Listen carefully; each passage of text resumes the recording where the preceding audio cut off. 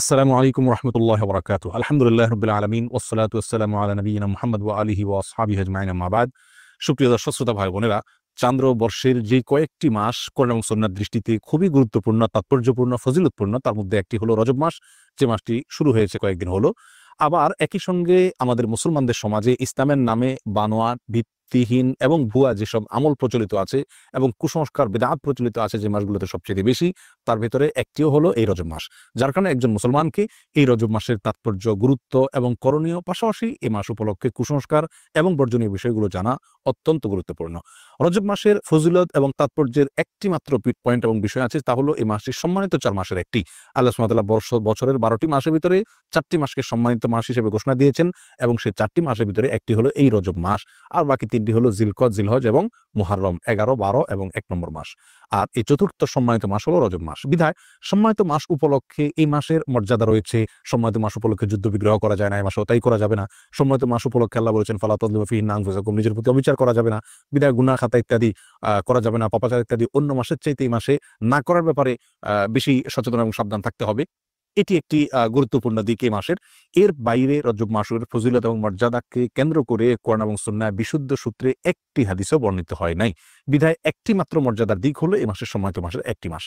এই মাসকে কেন্দ্র করে যে সমস্ত ভুল ধারণা বা কুসংস্কার আমাদের সমাজে প্রচলিত আছে এবং সমাজে ছেয়ে আছে, তার ভিতরে প্রধান এবং সবচেয়ে বড় কুসংস্কারের বিষয় হলো অনেকেই মনে করেন রজব মাসটি হলো মেরাজের মাস এবং এই মাসের 27 তারিখে রাসূল আকরাম সাল্লাল্লাহু আলাইহি ওয়াসাল্লামের মেরাজ হয়েছে, এই ধারণা অনেক মুসলমানরা রাখেন এবং অনেকের ভিতরে এটা বদ্ধমূল আছে। শুধু তাই নয়, আমাদের সমাজে রজব মাসে চাঁদ উঠলে পত্রপত্রিকাতে, মিডিয়াতে দেখবেন যে সেখানে সংবাদের শিরোনাম করা হয় এভাবে যে পবিত্র রজব মাসে চাঁদ দেখা গিয়েছে, অতএব অমুক তারিখে শবে মেরাজ, অর্থাৎ সেই হিসাবে 27 তারিখ হয় অমুক তারিখ আর সেদিন শবে মেরাজ। অর্থাৎ রজব মাস মানেই হলো মেরাজের মাস। এই মাসের মূল প্রতিপাদ্য বিষয় হলো মেরাজ, যার কারণে এই মাসের অনেক ফজিলত এবং অনেক গুরুত্ব এবং মর্যাদা আছে বলে অনেকে মনে করে থাকেন, অথচ এর সাথে কোরআন এবং সুন্নাহর ন্যূনতম কোনো সম্পর্ক নাই। হাদিস শাস্ত্রের ইতিহাসে সবচাইতে বড় মাপের হাদিস বিশারদদের একজন হলেন হাফিজ ইবনে হাজার আল আসকালানী রাহিমাহুল্লাহ। হাফিজ ইবনে হাজার আসকালানী রাহিমাহুল্লাহর নাম জানেন না অথবা তার ইলম থেকে উপকৃত হননি এমন একজন আলেমও সারা পৃথিবীতে খুঁজে পাওয়া কঠিন হবে।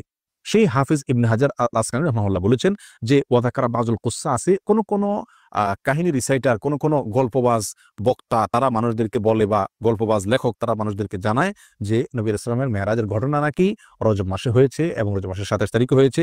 তিনি বলেন যে ওয়াযালিকা কিযবুন, আর এটা মিথ্যাচার। নবী আলাইহিস সালামের নামে তিনি রজব মাসের 27 তারিখে তার মেরাজ হয়েছে এরকম কোনো গ্রহণযোগ্য বর্ণনা পাওয়া যায় না।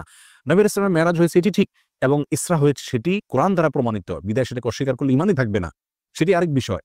কিন্তু রজব মাসে হয়েছে এবং রজব মাসের 27 তারিখে হয়েছে, এর কোনো ভিত্তি, গ্রহণযোগ্য কোনো ভিত্তি কোরআন অথবা সহিহ সুন্নাহর কোথাও পাওয়া যায় না। নবী আলাইহিস সালামের মেরাজটা ঠিক কোন মাসে হয়েছে, কোন দিনে হয়েছে, কোন সময় হয়েছে, এই প্রসঙ্গে ইমাম ইবনে তাইমিয়া রাহিমাহুল্লাহ বলেছেন যে বিশুদ্ধ কোনো বর্ণনা দ্বারা কোনো মাসের কথা নিশ্চিতভাবে জানা যায় না, কোনো দিনের কথা জানা যায় না, কোনো সময়ের কথা, তারিখের কথা জানা যায় না যে অমুক তারিখে, অমুক দিনে, অমুক মাসে নবী সাল্লাল্লাহু মেরাজ হয়েছে। মেরাজ হয়েছে এটি নিশ্চিত, কিন্তু তার তারিখটা সংরক্ষিত নয় এবং এ বিষয়ে যতগুলো বর্ণনা পাওয়া যায় তার কোনোটি গ্রহণযোগ্য নয়।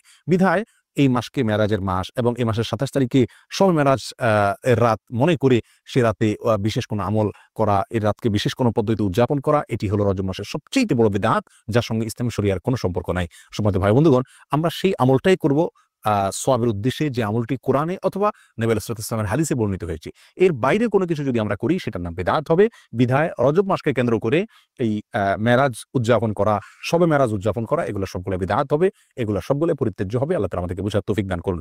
সম্মানিত ভাইরা, যদি আমরা ধরেও নেই যে রজব মাসেই এবং রজব মাসের 27 তারিখে নবী আলাইহিস সালামের মেরাজ হয়েছে, তারপরও একটা কথা থেকে যায়, তা হলো নবী আলাইহিস সালামের মেরাজ হয়েছে মক্কায় এবং মক্কার শুরুর দিকে। তিনি এই মেরাজের ঘটনার পরে মক্কায় দীর্ঘদিন ছিলেন, মদিনায় দীর্ঘদিন ছিলেন, তার মৃত্যুর পরে তার সাহাবায়ে কেরাম দীর্ঘদিন ছিলেন। এই দীর্ঘ ইতিহাসের কখনো সাহাবায়ে কেরামের কেউ অথবা নবী আলাইহিস সালাম স্বয়ং নিজে কখনো এই মেরাজ উপলক্ষে কোনো প্রকার আমল, রাত্রি যাপন, দিনের রোজা বা কোনোভাবে এটাকে উদযাপন করা, আলোচনা, পর্যালোচনা করা বা এই ধরনের কোনো কর্মসূচি তিনি দিয়েছেন বা পালন করেছেন, এরকম কোনো কথা কোনো হাদিস থেকে পাওয়া যায় না বিশুদ্ধভাবে। অতএব এই আমলটি আমরা যারা করে থাকি রজব মাসকে কেন্দ্র করে শবে মেরাজের উদযাপনের আমল, এটি সম্পূর্ণভাবে বিদআত এবং পরিত্যাজ্য। আল্লাহ সুবহানাহু ওয়া তাআলা আমাদেরকে বুঝার তৌফিক দান করুন। এর সাথে ইসলামের শরিয়ার কোনো প্রকার সম্পর্ক নাই। রজব মাসকে কেন্দ্র করে দ্বিতীয় যে আমলটি প্রচলিত আছে আমাদের সমাজে, সেটা হলো সালাতুর রাগায়েব। এই আমলটিরও কোনো গ্রহণযোগ্য ভিত্তি কোরআন সহিহ সুন্নাহয় পাওয়া যায় না। এই আমলটি বিদআত এবং কুসংস্কারের অন্তর্ভুক্ত।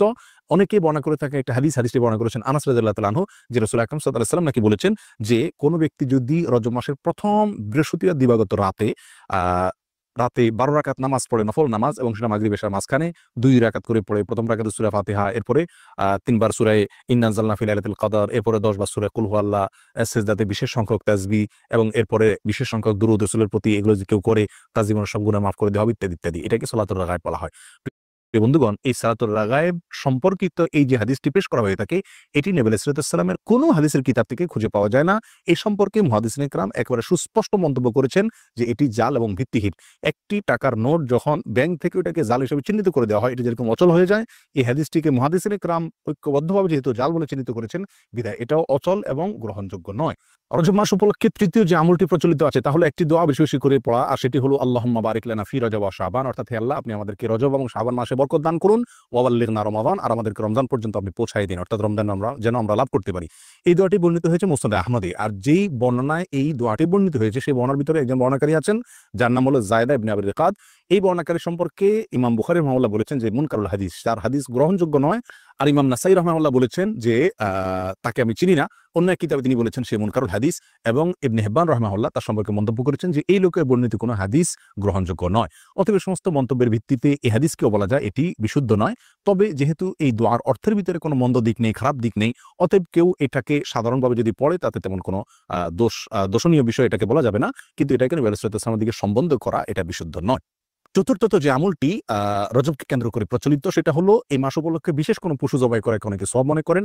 এটি মূলত আইয়ামে জাহিলিয়াতে ইসলাম পূর্ব যুগে প্রচলিত ছিল, যেটাকে আতিরা বলা হয়। তারা রজব মাসে বিশেষ পশু জবাই করতো, যেমন আমরা কোরবানির মাসে জিলহজ মাসে কোরবানি করে থাকি, এবং এটাকে খুব সওয়াবের কাজ মনে করতো, খুব ভালো কাজ মনে করতো।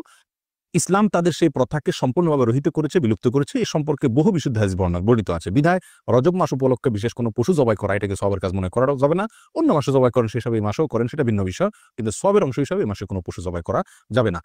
রজব মাস উপলক্ষে ৫ নম্বর যে আমলটি প্রচলিত আছে অথচ তার কোনো গ্রহণযোগ্য ভিত্তি ইসলামী শরীয়তে নাই, তা হলো এই মাসে বেশি বেশি নফল রোজা রাখা এবং ইতিকাফ করা। অনেকেই এটাকে খুব সওয়াবের কাজ মনে করেন যে রজব মাসে বেশি বেশি করে নফল রোজা রাখতে হবে। আর মজার বিষয় হলো বহু হাদিস বর্ণিত আছে এই রজব মাসে নফল রোজা রাখার বিষয়, তার একটিও বিশুদ্ধতার মানদণ্ডে উত্তীর্ণ নয়। একটি মাত্র হাদিস পাওয়া যায় সুনানে আবু দাউদের ভিতরে। এক লোক নবী আলাইহিস সালামের কাছে আসছেন, তার সঙ্গে ১ বছর পরে দেখা করছেন। নবী আলাইহিস সালামকে বললেন, ইয়া রাসূলুল্লাহ আপনি আমাকে চিনতে পারেননি, আমি তো অমুক।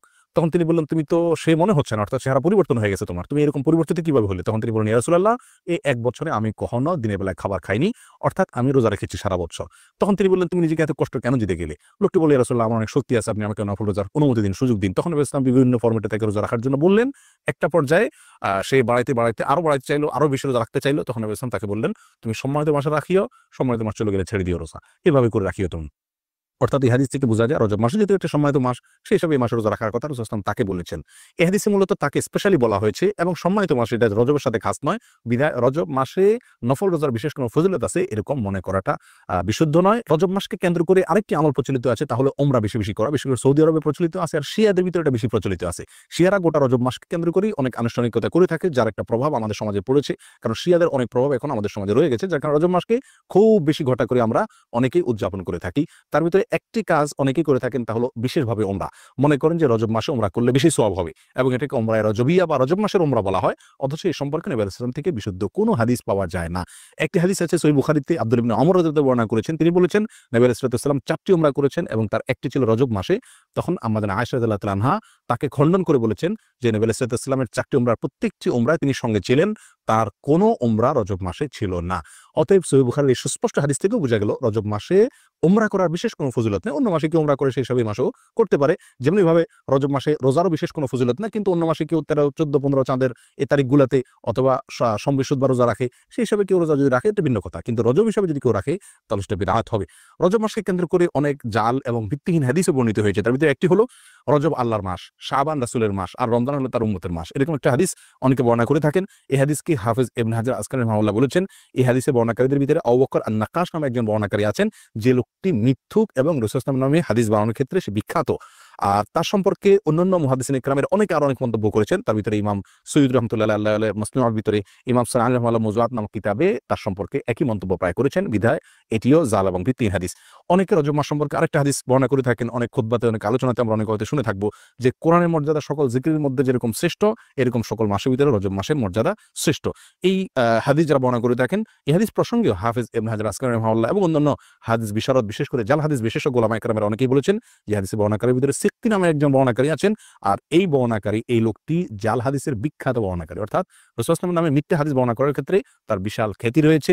এ সম্পর্কে রিজাল শাস্ত্রে একেবারে চিহ্নিত এই লোক, যার কারণে এই বর্ণনাটাও ভিত্তিহীন, জাল এবং বানোয়াট, ভুয়া রাসূল সাল্লাল্লাহু আলাইহি ওয়াসাল্লামের নামে মিথ্যা হাদিস। রজব মাস সম্পর্কে আরেকটি জাল বা ভিত্তিহীন হাদিস আছে, তা হলো রজব মাসে যে ব্যক্তি 3টি রোজা রাখবে আল্লাহ তাআলা তার আমলনামায় 1 মাস রোজার সওয়াব দিবেন। আর যে ব্যক্তি 7টি রোজা রাখবে আল্লাহ তাআলা তার জন্য জাহান্নামের 7টা দরজা বন্ধ করে দিবেন। এরকম একটা হাদিস অনেকে বর্ণনা করে থাকেন এবং এই হাদিসকে জাল হাদিস সমগ্রের যত বই আছে, জাল হাদিসের কালেকশনের যত বই আছে, তার সমস্ত কিতাবেই এই হাদিসটি স্থান পেয়েছে। ইবনুল জাওজি রাহিমাহুল্লাহ আল মাওজুআত কিতাবে, সৈয়দ রাহমাতুল্লাহ তাআলা আল মুসনাদ কিতাবে, শাওকানি রাহিমাহুল্লাহ ফাওয়াইদুল মুজমুআ কিতাবে এবং তাবয়িনুল আজাব কিতাবে, ইবনে হাজার আসকালানি রাহিমাহুল্লাহ, এভাবে সমস্ত প্রায় জাল হাদিসের যে কিতাবগুলো আছে সেগুলোতে এই হাদিসটা স্থান পাইছে, অর্থাৎ এই হাদিসটি জাল এবং ভিত্তিহীন। এভাবে রজব মাসকে কেন্দ্র করে আরো অনেক জাল, ভুয়া এবং ভিত্তিহীন হাদিস আমাদের সমাজে প্রচলিত আছে। তার ভিতরে আরেকটা হলো যে ব্যক্তি রজব মাসে রোজা রাখবে এবং 4 রাকাত নামাজ পড়বে, আল্লাহ সুবহানাহু ওয়া তাআলা জান্নাতে তার জন্য যে আসন রেখেছেন, তার যে মাকাম হবে, সেটা না দেখে তার মৃত্যু হবে না, অর্থাৎ দেখে তারপর মৃত্যু হবে। এই হাদিসটাও জাল এবং ভিত্তিহীন, বানোয়াট। এর সঙ্গে ইসলামী শরীয়তের কোনো সম্পর্ক নাই। ইমাম শাওকানি রাহিমাহুল্লাহ আল ফাওয়াইদুল মুজমুআ কিতাবে এই হাদিসকে জাল বলে চিহ্নিত করেছেন। ইবনুল কাইয়িম আল জাওজি রাহিমাহুল্লাহ মাওজুআত কিতাবে এটাকে জাল বলে চিহ্নিত করেছেন এবং অন্যান্য কিতাবও চিহ্নিত হয়েছে। কিন্তু এটাও জাল এবং ভিত্তিহীন। সম্মানিত ভাই বন্ধুগণ, রজবকে কেন্দ্র করে আরো একটি ভুয়া আমল ইদানিং আমাদের সমাজে প্রচলিত বেশ কয়েক বছর থেকে দেখা যায় এবং সামাজিক যোগাযোগের মাধ্যমে খুব বেশি প্রচলিত দেখা যায়। তা হলো অনেকে বলে থাকেন, অনেকে মেসেজ পাঠিয়ে থাকেন, ইনবক্স করে থাকেন যে রমজান অমুক তারিখে হবে, এই সংবাদ যদি আপনি এতজন লোককে দেন তাহলে আপনার জন্য জান্নাত ওয়াজিব হবে, ইত্যাদি ইত্যাদি। এটি আমাদের মূর্খতার একটা বড় প্রমাণ। আমরা কোরআন সুন্নাহ থেকে যে কত দূরে সরে গেছি, যে কোনো কথা, মুখরোচক কথা শুনলে আমরা সেটাকে গিলে খাচ্ছি ইসলামের নামে, এটার একটা বড় প্রমাণ হলো এই ঘটনাকে আমরা অনেকেই খুব গুরুত্বের সাথে দেখি এবং এই মেসেজকে আমরা অনেকে চালাচালি করে থাকি। প্রিয় বন্ধুগণ, রমজানের সংবাদ কাউকে দিলে তার জন্য কোনো ফজিলতের কথা, কোনো মর্যাদার কথা কোরআন সুন্নাহর কোথাও বলা হয়নি। যারা এই মেসেজকে প্রচার করেন তারা আল্লাহ এবং তার রাসূলের নামে মিথ্যাচার করছেন, আর যারা মিথ্যাচার করছেন নবী সাল্লাল্লাহু আলাইহি ওয়াসাল্লাম বলেছেন তাদের ঠিকানা জাহান্নাম। বিধায় এই ধরনের মেসেজকে আমরা ফরওয়ার্ড করব না এবং এগুলোকে ইগনোর করব। এর সাথে ইসলাম শরীয়তের কোনো সম্পর্ক নাই। সর্বসাকুল্যে আমরা খোলাসায় সামারিতে বলতে পারি, রজব মাসের বিশেষ কোনো ফজিলত এবং মর্যাদা নেই সম্মানিত 4 মাসের একটি এই কথা ছাড়া।